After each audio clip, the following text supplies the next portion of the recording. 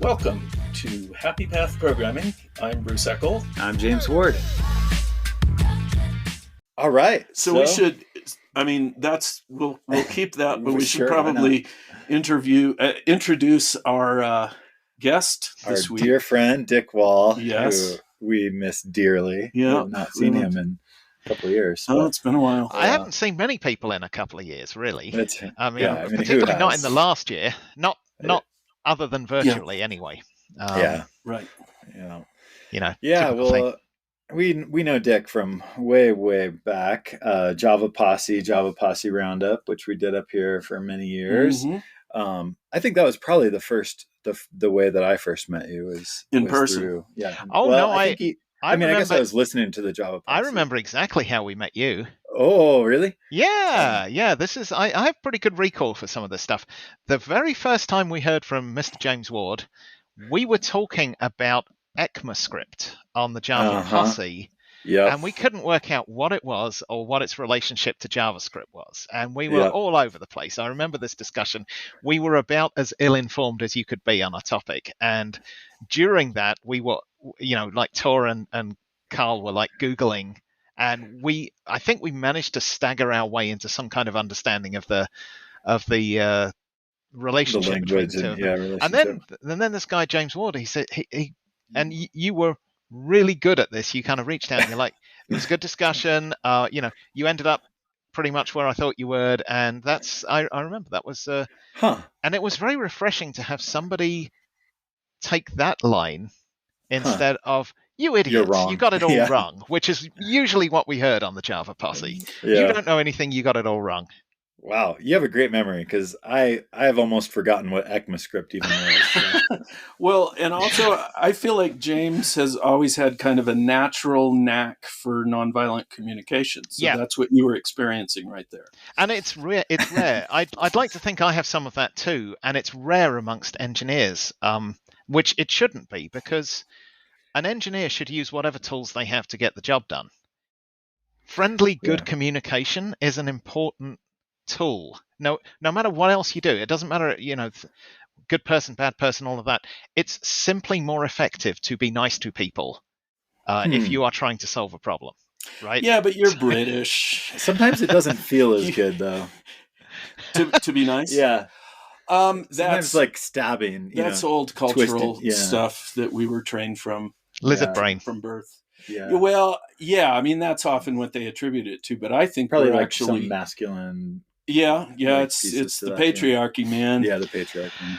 I mean, I do have a temper, which, if pushed far enough, will surface, and that, as do we all. Yep, and that's if not the pull a good request side. escalates too far, then you see the mean dick come out.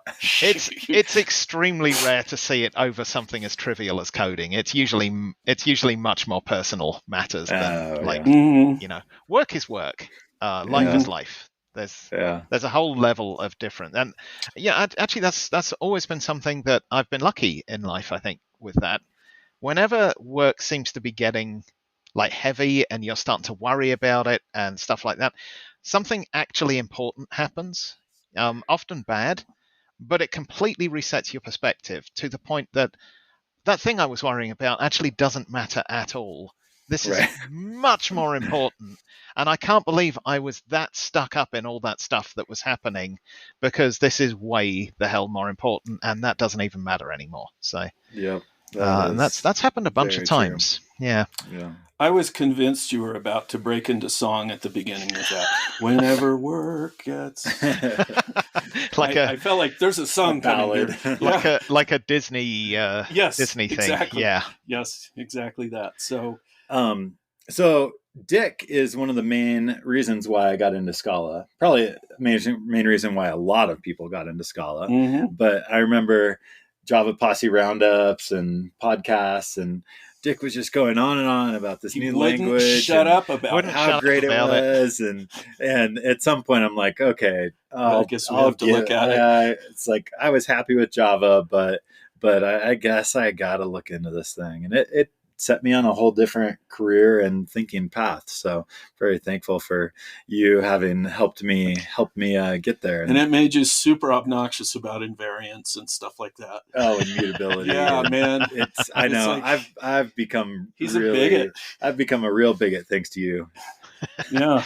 I was thinking the other day, and this happened without me really noticing, but I've now spent much more time working in Scala than I ever spent working in Java.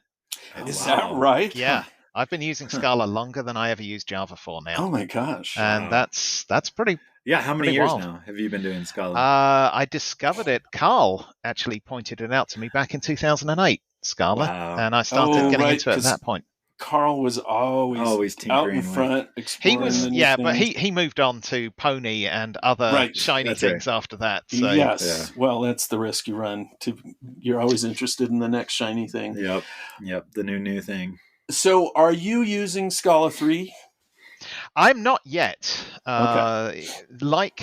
I think this is true for. I think you'll find that this is true for most shops that are really using Scala in the enterprise now. That's going to be a big move that's going to happen slowly. It's not, when you've got a code base to drag along, it's not a quick kind of slot in. Have you dabbled in your free time? Oh, yes. I did are you familiar with the Advent of Code thing? Uh-huh. Yeah. So I this year I did the Advent of Code, basically using only streaming and Scala 3 just for the practice. Nice. I felt that I needed to get better at both of those things. So I used lazy streams and lazy everything. And I did it all in the Scala 3 syntax, which I found wonderfully liberating, I have to say. Isn't it? The lack of curlies. The one problem I have now is the few places where you need curlies. Yeah. They feel like cockroaches in the code now. It's like, totally yes. It's horrible. They do. Yeah. Yeah, I hope they can get that resolved because it just feels gross when you use functors. And we, in our examples, we've intentionally avoided doing inline functors. We've put them out into external functions just so that we don't have to have the braces. It's changed our code style. Yeah, it's a very nice set of changes. I like very much, and and it's good. It's not profound. I mean, there are obviously fairly big syntax changes and other things in there, but when you actually look at things like the given and using, it is really just a rename of implicits with some with some incremental improvements. And once I realized that, I'm like, yeah, this is nice. It explains better what's going on. There's a little bit more emphasis on anonymity. So a lot of the things that you had to give names to before that didn't really need them, you don't have to give them names anymore. But for the most part, you can kind of substitute a couple of keywords in and you're using the new stuff. So, but I prefer the explicit syntax rather than just almost having it as a side effect of implicits.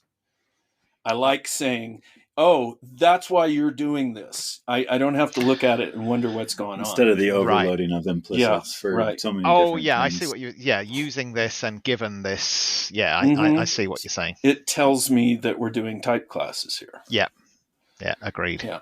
And to me, that's important. Where with implicits, it's implicit? Yeah. Why? Could be anything. Yeah. Implicitly was, because I've done Scala training for years as well. Implicitly was always the thing that people tripped over. They're like, how does this work? And when you show them the definition of implicitly, it's so ridiculously simple that you can see everybody kind of deflates. They're like, well, that's really, it. That's it. That's this magical thing that makes everything, makes all this stuff work. And I'm like, yeah, it's pretty simple. You get the thing passed into you and you hand it right back again. Yep. So what else in Scala 3 is interesting to you, or what stuck out? Or for me personally, and I think I want to. I'm not 100% sure on this because again, being enterprisey, we're not even at Scala 2.13 right now. Most of the stuff we're doing is still in Scala 2.12. So I have a feeling this was actually something that went into Scala 2.13, but it's definitely there in Dotty in Scala 3, is immutable arrays are actually huge for me. It's the JVM is so much more performant on arrays of primitives in particular. And I must admit, I haven't actually. The theory's there, but I have yet to experiment with them and prove to myself that these are the answer to all of my dreams. But I think they are. All of your mathematical performance issues. It's the fact that prior to my current job, I went back. Yeah, I don't know if you guys know. I actually. My master's degree is in geographical information systems from years ago, geospatial data. Yeah. And I used to love doing that. And then I kind of moved into, all the back end stuff that I do now. It's always been like masses of data moving around, lots and lots of parallel processing and high powered computing and stuff like that. And that's really because GIS, there's a ton of that because the data sets are huge in geographical and so information fun. systems. Oh, yeah. So I kind of fell out of that. And over the years, I've done like power grid simulations and human genetics and stuff like that. Yeah, I remember you were in genetics for many years doing Scala genetic modeling stuff. And at SIBO, when I was working there, I came full circle and I ended up doing geographical information systems again. And I was like, I forgot how much fun this is. I love working in it. I think very spatially anyway. And so I got kind of into that. But one of the problems in the JVM is you're either fast and unsafe or you're safe and not fast.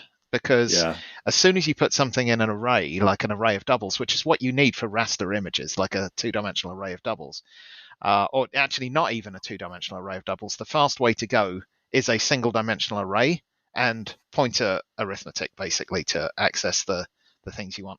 And as soon as you get into that, you start hitting the safety problems where you have to take defensive copies of everything, or else somebody comes and just like stamps all over the data that you're working on. Yeah. And so immutable arrays, which again I have yet to actually verify are just as fast, and all of that stuff.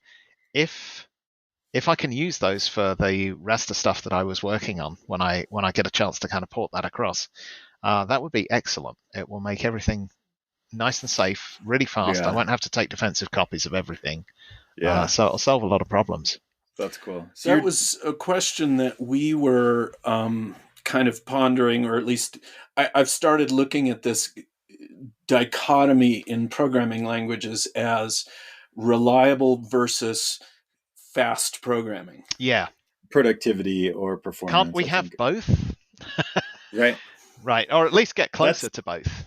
That's kind of the origin of the podcast was talking about that dichotomy and wondering, are we converging these things, or are we continuing to just be on a divergent path? Like, are these two things always at odds, and it's a pendulum that just kind of swings back and forth, and you can be safe or you can be fast, or can you be both? Can you be productive and reliable? Because Python is adding things, I think, that are helping make it more reliable, but it can never be, as reliable as Scala. Yeah. Well, and I do a lot, partly because of the big data and big, powerful processing stuff and things like that. I do a lot of thinking in this space about, like, a huge part of scaling up is still optimization. This is certainly what I found, and it's become even more relevant in the current age of AWS and Google Cloud and stuff like that, because you pay by the minute now, right? It's a pure utility. Anyone can make something go faster by running it on 100 machines at once, right? But you end up paying just as much money because you haven't saved anything. You're getting the result quicker, but you're now running it on 100 machines instead of one. So you've traded down the time, but you haven't saved any money. One of the best things you can do is actually optimize your code, because then it runs faster and it costs you less money.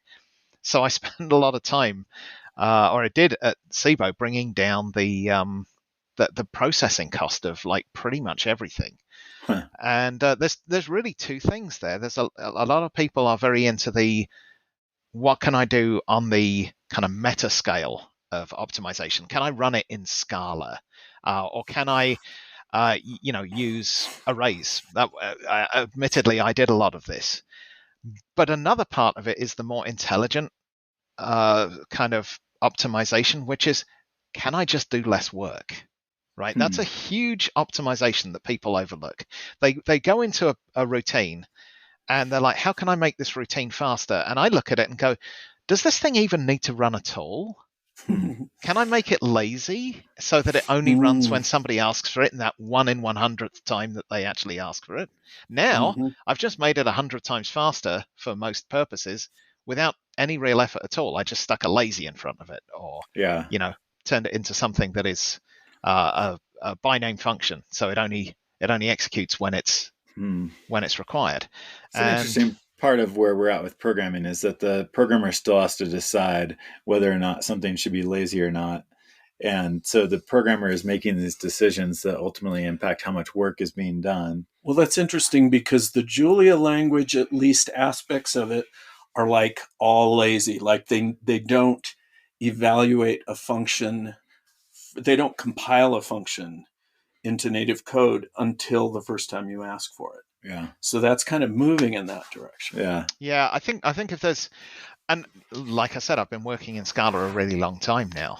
I think one of the biggest criticisms I've got is that it has a focus on eagerness versus laziness, which really, if I was in the ideal world, it would be flipped around. Lazy would be the default. Eager would be the thing that you that you push towards. And that's one of the reasons why when I did the advent of code, I'm like, I'm going to do this whole thing in streams because I want to start getting my thought patterns better on everything being lazy and everything needing to be forced when you're doing these things instead of the other way around. And quite often now, it worked. Quite often now, I'll look at a problem and I'll be like, I can just throw a stream at this, and whoever's processing it, if they decide to give up halfway through, they're not going to do the rest of that work. Stuff like that. So, and it is pretty lightweight. I think the biggest risk with streams is you can get yourself into trouble if you hang on to the head. You end up growing the stream, and it becomes just like an in-memory resource hog as well.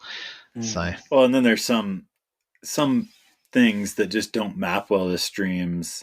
Like a sum, like any operation that is going to essentially take the whole data set in a stream.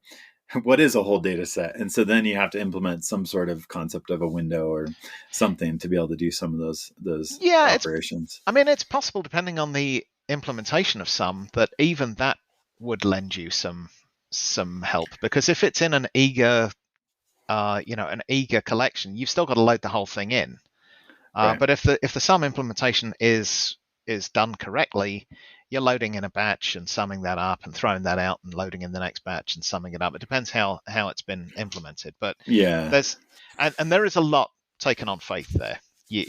Sometimes I end up going into the source code and I'm like, is this as lazy as I think it is right now? I need to check that because there's 2 billion of these things coming in and I need to make sure it's not going to blow chunks when I actually put this out in production. But yeah, it's another interesting thing that I've thought about is how the developer has to think about the size of the data.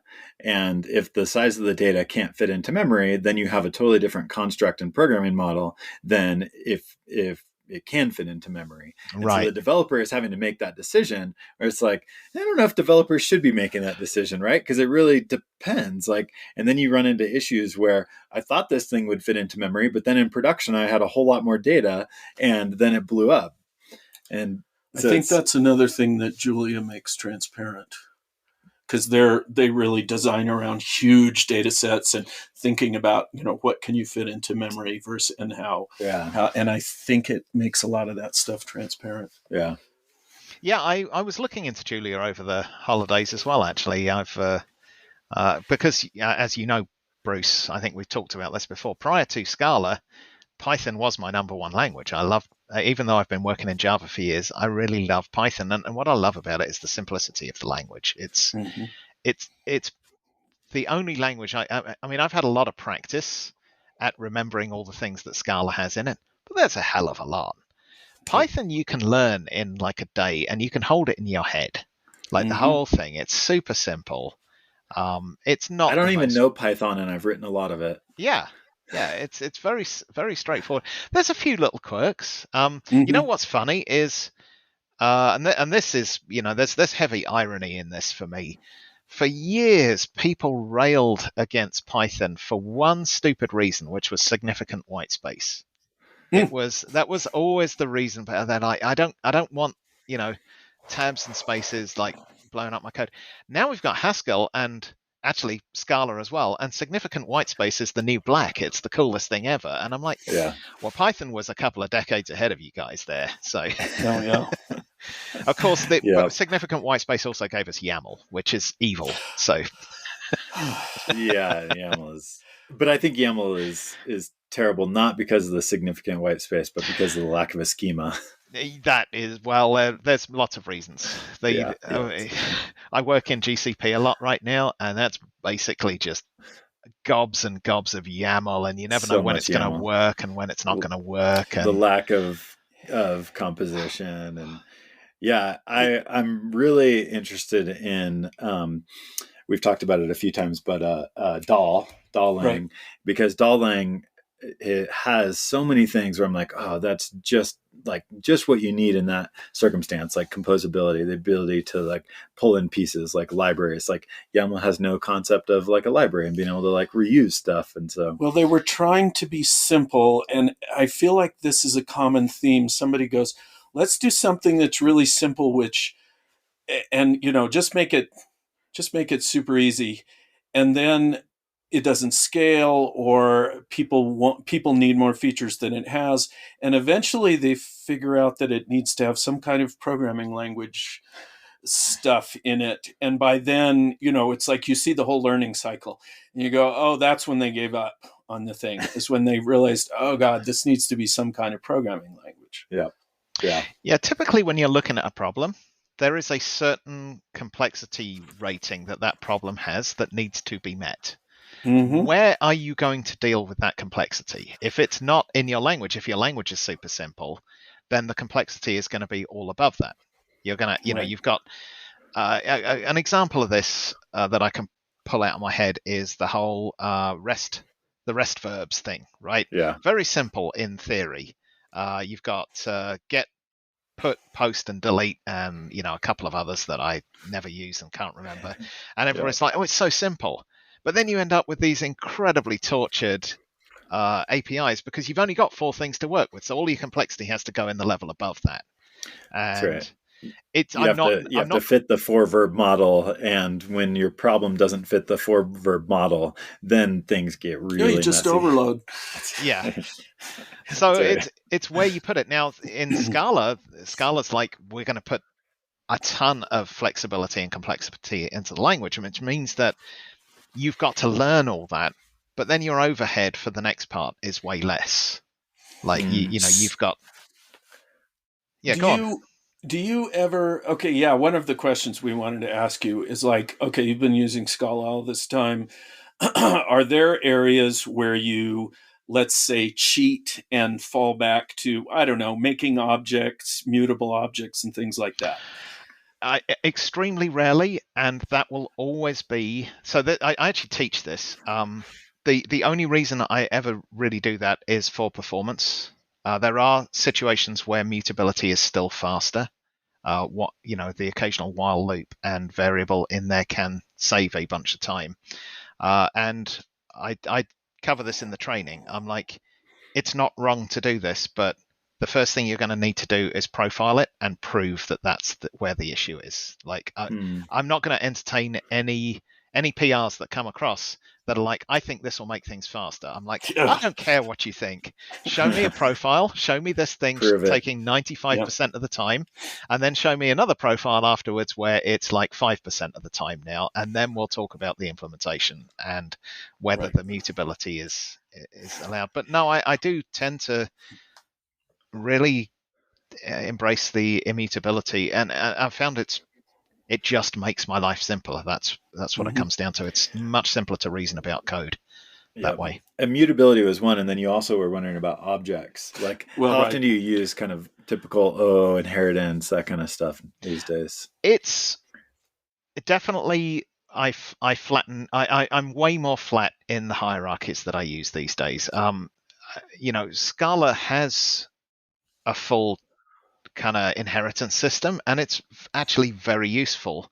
Scala 3 aside for a moment, most of what I do these days is in some way an algebraic data type or something like that. It has a super trait. It has a bunch of concrete, case classes or case objects underneath it. That's such a common pattern that I don't even think about it anymore. And you don't even really think about that as inheritance as such anymore. That is a category of things that you're defining right there. It is an algebraic data type. And I know that, that's another area that I think Scala 3 has really improved on, is the whole there was a bunch of things that went in there that I'm very excited about. Opaques is another one. Yeah. But having the ADTs, having kind of first class support for ADTs in Scala 3 is just really nice. Yeah. It's a really big improvement. But it is much more readable. And have you noticed that Python 3.10 has ADTs? I haven't been keeping up with Python like I should. I did see, and that I find regrettable, was that there was the falling out, and Guido, who I knew from the days I used to work at Google, and the community split, and I was like, I can't believe that happened. That was like a hell freezing over kind of thing.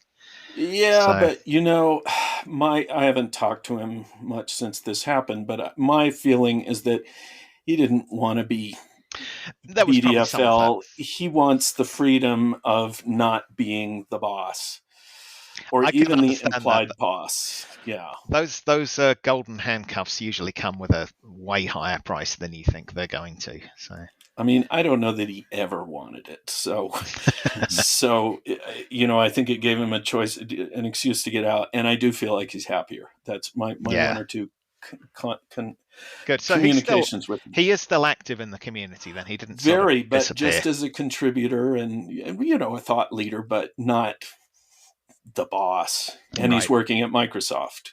Yep. So and my other buddy Neil Gafter ended up working at Microsoft and doing really interesting things there as well. So it's gotten to be a good place to work again. And I think with Guido, they just say, we'll pay for Python development. Come work for us. Nice. Yeah, because they have Boo, don't they? Or maybe that's really old now. I thought Boo was like the Microsoft version of Python. I don't even, that was never even on my radar. Oh, wasn't it? Okay. No. Interesting. But I do wish they had, for their, I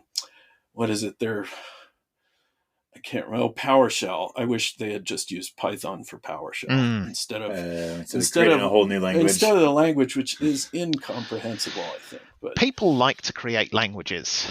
I've noticed that. It's fun, and it should be something you do in school. Yes. But it seems so easy. You just I use programming languages all the time. Therefore, I could design a programming These guys language. are idiots. I could do better. And the more that I study programming languages, the more that I do not want to do that. That just looks like, oh my gosh, I don't know enough about programming languages to design one.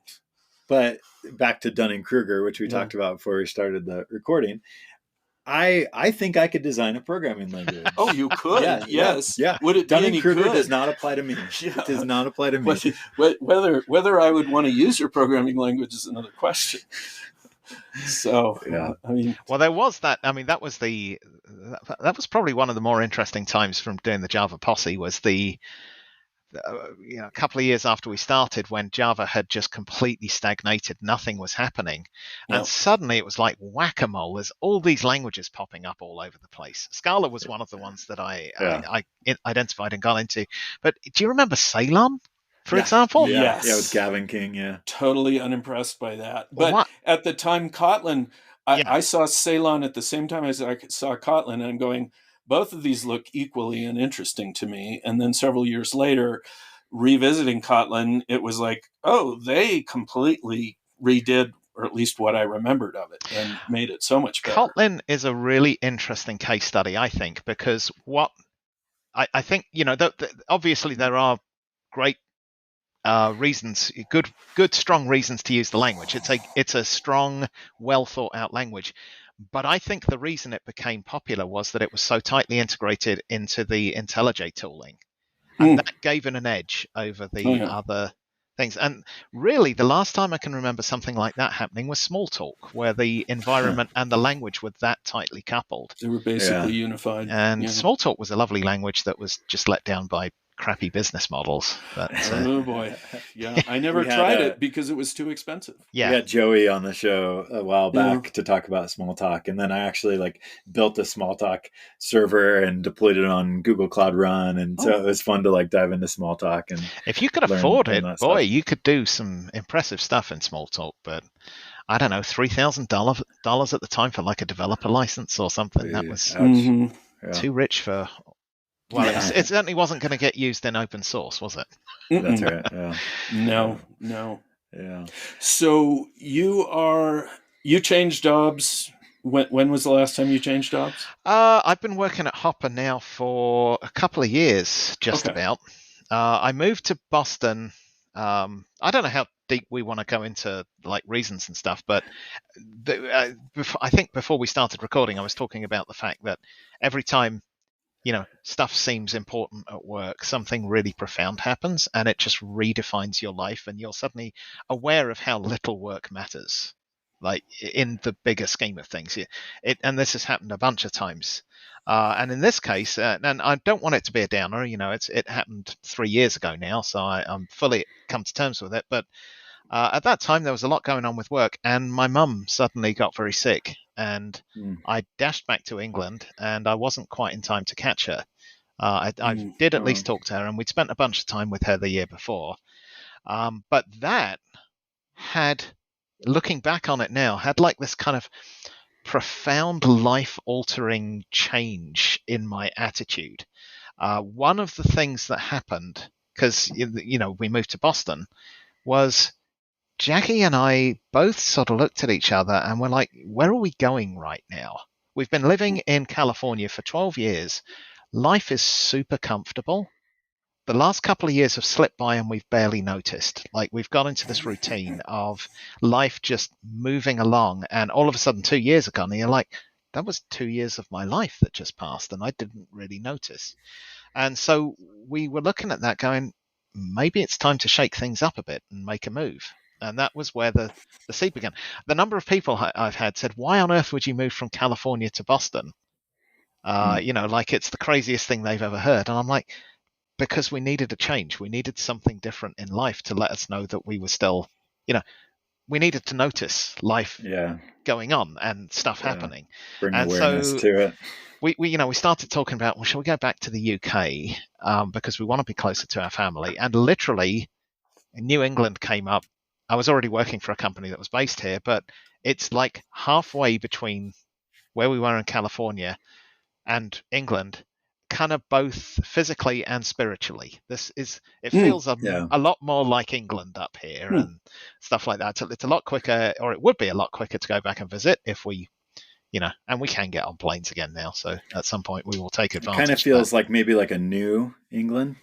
It is. It's a whole new England. What an idea. Yeah. And, we just had the holiday weekend where it rained the entire holiday weekend. So it is just like England. Every holiday weekend, it just rains the whole time. So it really was. It made me quite homesick for old Blighty.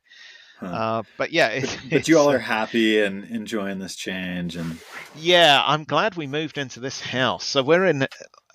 We moved from... California, where we lived in California, super modern. The house that we lived in it came like almost a sealed unit. It was perfect. It was built to withstand earthquakes, and the whole thing was. The biggest problem I had with that house was you could never do anything on it yourself because any repair you made stood out like a sore thumb because everything else was perfect. And if you drilled a hole in the wall, it was always there. It was a blemish in this otherwise perfect piece of sheetrock and stuff like that. So when we moved out here, we're now living in a 100-year-old house, which has so many warts and flaws. It's hilarious. And everything we do just looks completely normal. I can drill holes in the wall and slap a bunch of, mud over it and kind of paint it, and it looks just like the rest of the house. It's great.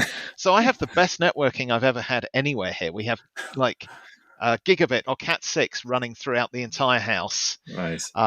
Because I wasn't afraid to drill holes and get lines in and stuff like that. And it's also a bigger house than we had. So when the pandemic hit, we were both like, thank goodness we've got this place. I've got the attic as an office. We've got the basement as like our own movie theater.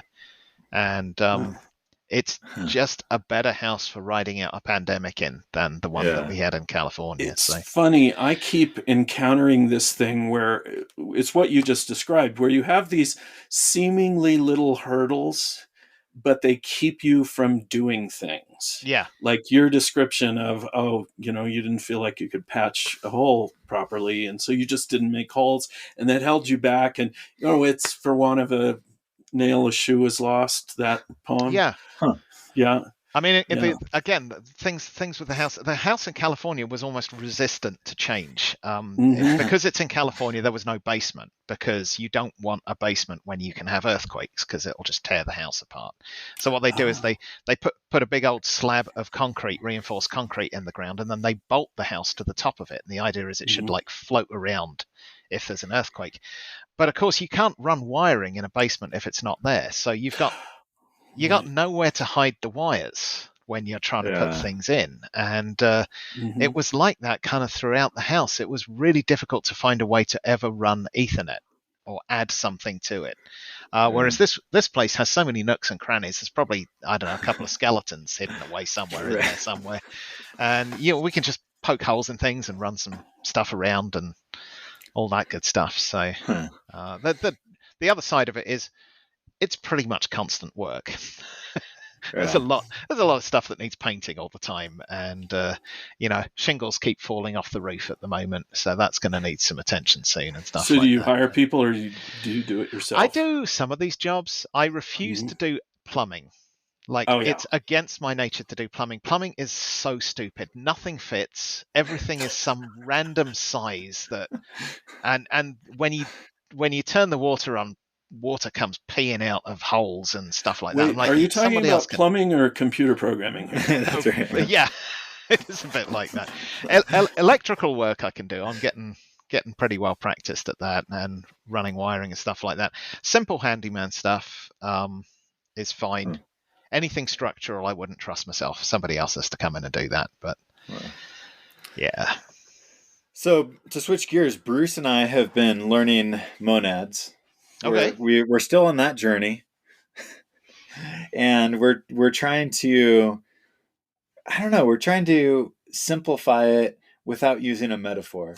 Well, yeah, the thing that occurred to me, I think it was just this morning, is, I think the metaphors actually made it harder for me to understand monads. I think there's I've seen this because I cover like monads and just advanced functional Are you patterns. still teaching that course? Yeah. Well, I haven't been the last year. But or so, not with Bill.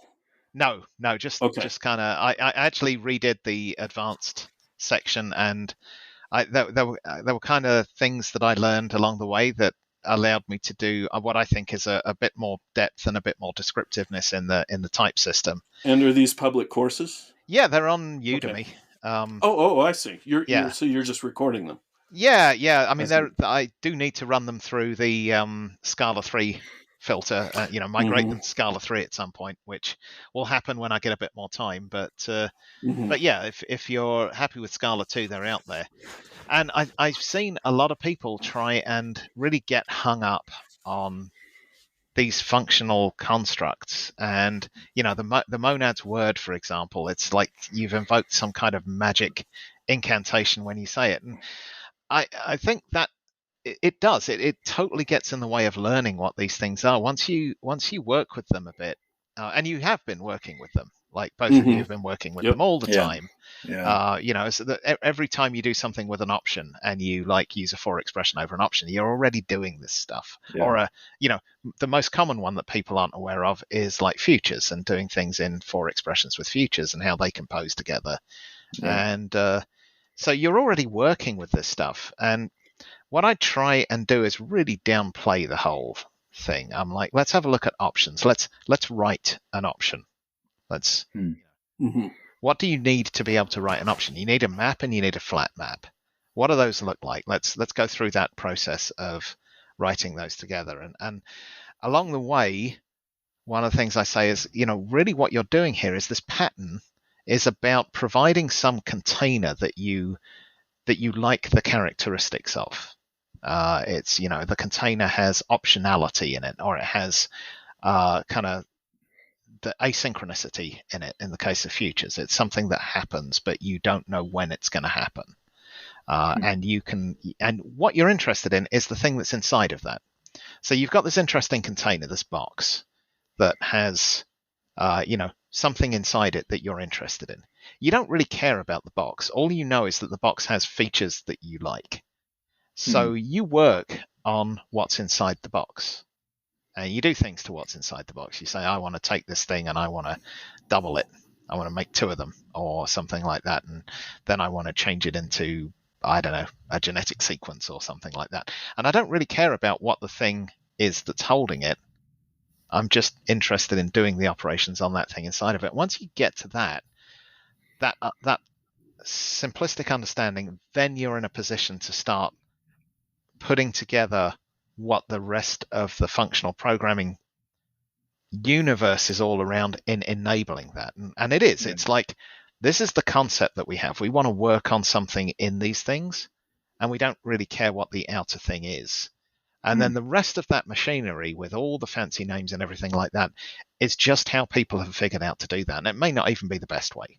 I know Martin Odersky has said several times that this is our state of the art right now, but it's not necessarily the only way it will ever be in the future. People have a way of finding better, simpler ways to do this kind of thing. So, and you could imagine, or at least I imagine, would it be possible to integrate this into the into the language so that it would be, rather than language, a function returning, what all languages have returned, it would automatically return a monad instead. And then the rest of the language would automatically deal with that. So you wouldn't even have to know that's what you were doing. Yeah, and historically, there's been a bunch of I don't think it's necessarily been perfected yet, but there's been a bunch of attempts to do this in the past. One that always comes to mind, this will be a blast from the past if you remember it, is BIOS, one of the earliest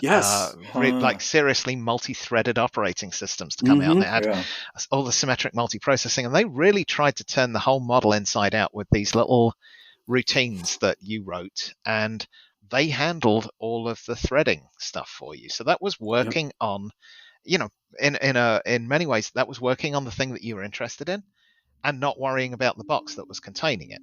It's another form of that monadic way of thinking, right? Obviously, they didn't call it that at the time. I can't remember what they called it, actually. Coroutines or something like that. May have been something. Well, the foundation was coroutines, but I don't. But I think it was because it was at the operating system level instead of defaulting to threads, which the rest of them do. Yeah, and if you look at it's a softer thing, but it's no accident that Android has. Android programming has like flavors of that because a bunch of the Android team came from BOS. I did not know that. Yeah. So there was when I was working on that team, there was a bunch of people there that were kind of transplanted from BOS, and it's the same sort of thing there. You have your activities, you have the box, the framework that you don't really care about, and you have the things that you want to do in it, and you write the things that you want to do in it, and you leave the other bits to the to the container, to the thing that's working on them. And hey, you used a term a bit back where you talked about chaining, and we have been a bit muddled about this. What is there a difference? And if so, what is the difference between chaining and composing? I'm not sure I actually understand what you mean by chaining. So you used the term. So let me give an example. Wow. I guess I threw it out there without really defining what it was. So go ahead, James. So in a normal function, you can take a function f and a function g, and you take the value produced by calling g on a value, and then you take that and give it to f, or you can say, all right, let's compose f and g together, and now I get a new function that then I can get the same behavior of. So that's composition in functions. But with monads, you don't do it that way. You chain through calling flat maps on the monad. No, really, it is composition in that case. Okay, so let's start simpler than that. If you've got two functions, one of them doubles a number, the other one adds one to it. If you compose them together, you now have a function that doubles the number and adds one to it in one go. That's one thing. When you take these, and I do like to use the word containers because Monads is so overloaded.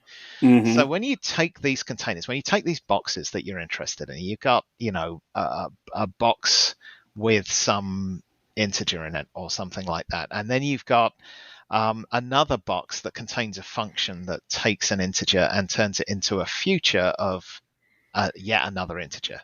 And then and that's by doubling it.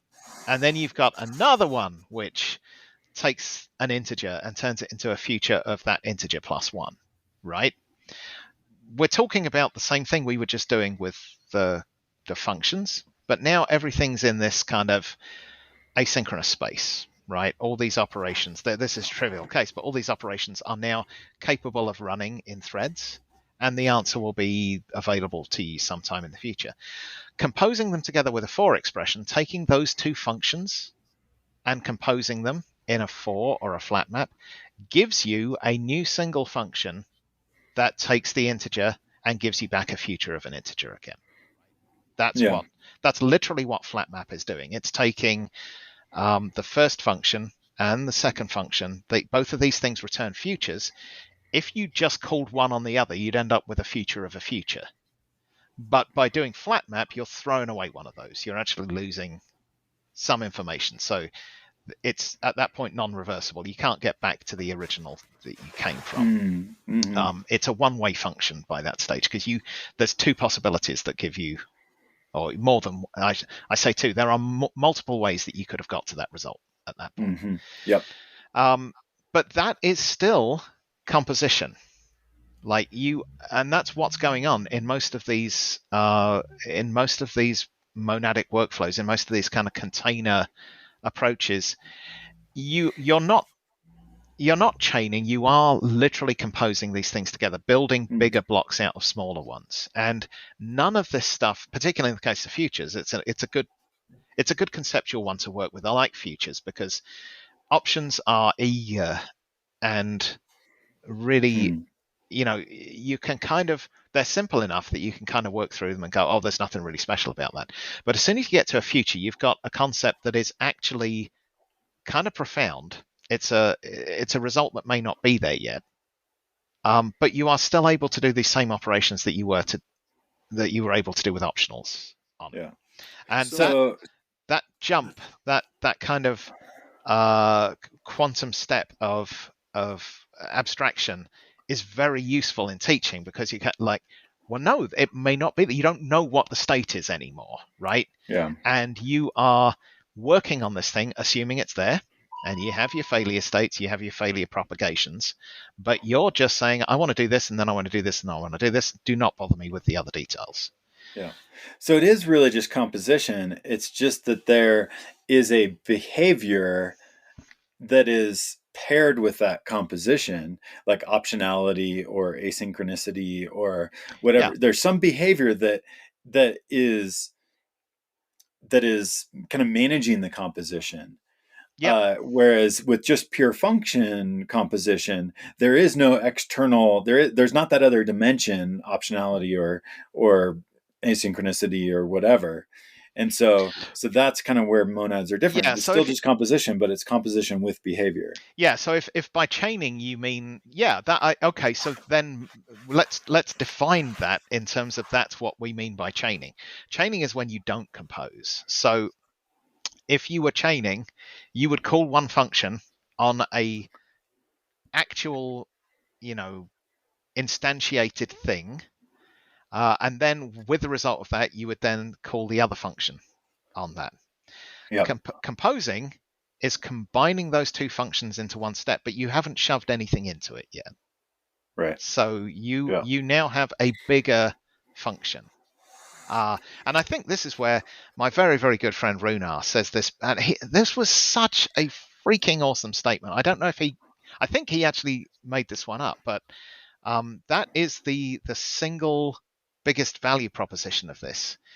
Pure functional programming like that, where you do composition, it increases your functionality. It increases what you're able to do without increasing the complexity of the surface area that you're doing it with, right? When you're chaining things together, or when you're writing imperative code, you got a whole bunch of things that happen in order, and you're like, I got to follow this through, and I got to follow this through. When you compose things together, you end up with a new function, a single function that does more. It still takes some type in, it still gives you some type out. Calling it is one call. Your complexity has not increased, but your capabilities have. And that was mind-blowing to hear that said that well. It's like, that is a fantastic way of looking at the value of these functional programming things, is you increase your capabilities, but you don't increase your surface area, your complexity. Bruce is reading the Red Book right now, so it's filling in a whole bunch of details that and aspects that just weren't there before. They just Runar is such a great team. I was lucky enough to work with him at one of my. That's how I know him. One of my previous projects, and he's just very good. And somebody really understands. You can tell how much somebody understands about a technology by how well they teach it in the simplest possible terms. Einstein said it best, I think. He's like, you only really understand technology when you can explain it to your own grandmother, was what he said. And that's a really good way of putting it. If you can't break it down into the simplest concepts, then at some point your abstraction is flawed. You don't have the down to the ground understanding of what's going on. And I think when you get that, it's tremendously liberating. One of the things that I've seen, and I know, James, you're a big Zio, or I don't know how you say it, but the Zio. Zio. We, Bruce and I and our friend Bill are writing a book right now that is Scala 3 and Zio, and we're gonna maybe call it effect-oriented programming. So we're deep in all this right now and enjoying it. But sorry. What I like about that is, and this is what I've gained. I've been lucky enough. One of the reasons I do teaching, by the way, I think I've told you guys this before, is I do teaching because it's a lot of fun teaching people, but I also do it because of and this is well known and well accepted in, say, martial arts and stuff like that. There comes a point where you don't get any better quickly unless you teach other people, and it makes you more mindful of what you're doing as well. And so the teaching really helps me to keep growing as a developer. And teaching functional programming was nerve-wracking at first, because like everybody else out there, lots of people have these kind of slavish adherence to these principles and things like that. And you're like, I'm putting myself out in front of a firing squad by saying this, because I'm like, forget all the names, forget all the bullshit and the fancy terms and everything like that. Here's basically what you're trying to do. And I tried to break it down into very simple terms that were, this is why we do this. This is what you're trying to achieve. And this is the best tools that we have that we know how to use at the moment for doing this. And when I did that, it redefined how I look at the whole space, which is what's happened in Zio. Yeah. Instead of slavishly following things like, free monads and all these patterns, when you do this long enough, you get a kind of instinctual idea that it doesn't really matter what you call these things, or even that the concepts are separate anymore. You have a box that does something that you want it to do. You have something inside the box, and really that box can be whatever you want to. So prior to Zio coming out, one of the things I was working at SIBO was this kind of framework that broke all the rules of functional programming. It was like, what I was really interested in, it was very specific. It wasn't as general purpose as Zio, but it was very specific in that what we were doing was building what you'd think of as layers of geospatial information, and they had a spatial component and a temporal component in them. At a particular point in space and time, this value is this, and it can vary either by space or by time. And when I started looking at it, I'm like, I could draw on a bunch of these concepts, or instead I could kind of look at this as a what really matters to me is this layer, and what can I do to make one layer behave like another? And the big kind of epiphany moment for me was the combinators, which are, the things that change, that transform, that work on things in the box and transform them into other things. Those combinators didn't have to go on the end of the process like they do for everything else, where you map over the end of it. I can add them to the beginning of it as well, and I can build it backwards as well as forwards. So you start with something that gives you, like, let's say, an RGB image, or not even an RGB image, a single band of raster data. And that's at a particular space. It's cut out of a particular place on the Earth, and it's at a particular snapshot or point in time. Now we have satellites going over every few days, right? And I know when those satellites go over, and I know there's a new image when the satellite passes over. So I can now, instead of adding on to the end of that, I can add on to the beginning of it and say, well, I've got this thing that's like a single image, and I've got this list of times that things change. I can now put these together, and I can now have a layer that is like a sequence of images, the same space, but different time. Once I've got that, I can then say, well, theoretically, it could be any space and any time that I'm interested in this. So now I can take that sequence of images, and now I can add the spatial bit to it and say, well, actually, I'm going to say it's this polygon over here, and I'm going to cut it out, and that's going to go onto the front of this function. So you're composing backwards, and you end up with just the same, no extra surface area, but suddenly I've got something that I can say, for this field from 1980 to 2002, I want you to build me like an average crop yield of that whole thing for the entire time sequence, and that is a single function. I now pass it a field, I pass it a bunch of years, and I get a result out at the end of it. Now, that layer can be a building block for something else. And that's kind of, if Zio, I keep saying it wrong, had been around at the time, I wouldn't have written that stuff myself. I'd have just grabbed it and said, okay, you're going to be a space-time thing now. I'm gonna limit you to the space-time domain, and this is what we're going to work with. And I think that's a really important thing for API design as well, is something like Zio is hard for people to get because it's so general and powerful that you kind of walk into it and it's like handing somebody who's never seen a tool before, like a bandsaw, and they're like, going to cut their arm off or something with it.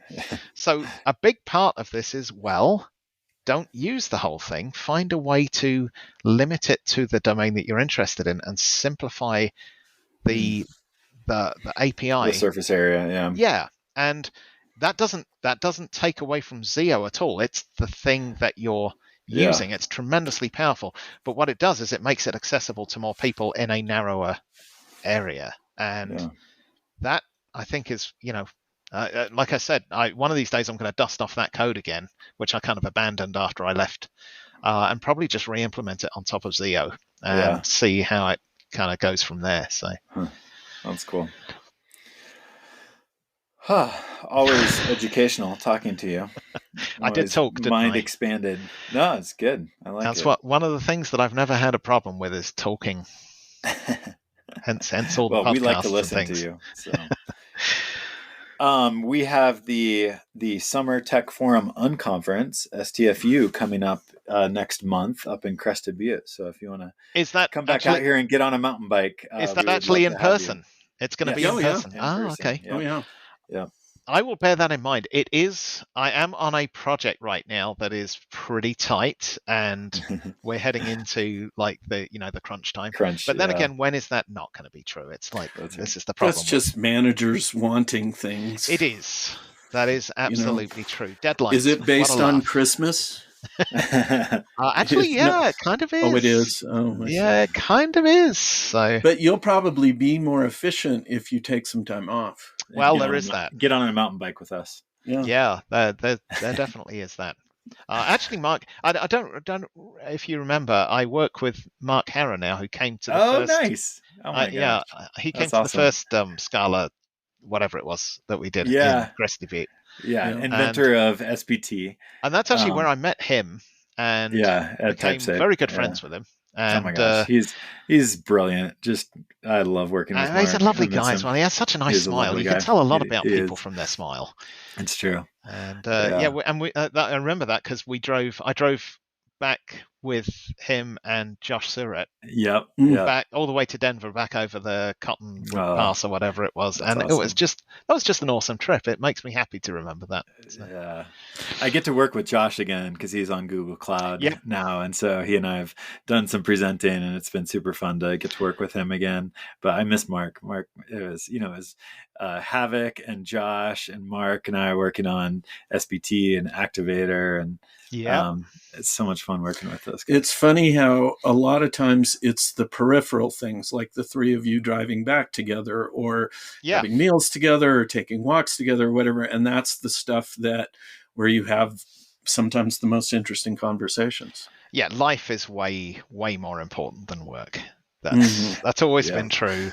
Every time I've forgotten that, something has happened to remind me of that. So life is the thing. Where you work, as my dad said, you work for life. You don't live to work. You work to live. You don't live to work. Right. Well, we better let you get to your meeting, but thank you. So good to see you and catch up with you, and hopefully we'll see you up in Crestview either at STFU or some other time. I am going to make it out there again sometime, and the summer ones are much more likely to be where I come because I'm a mountain biker. I'm a bit of a catastrophe when it comes to skiing and snowboarding, I've decided. I could probably live the rest of my life without getting on skis again, and I'd be quite happy. Well, that's interesting because we could have moved the Java Posse Roundup to the summer at any point if that was your preference. Well, I didn't know that at the time. I still had these, these dreams that I would become an Olympic snowboarder, but I don't think that's likely to happen. So. You've given up on your dreams, man. Yeah, well, those particular ones, they weren't very realistic. The impractical ones. Yeah, they're even less realistic now. So. All right. All right. Well, thank you, Dick. All right. See you guys.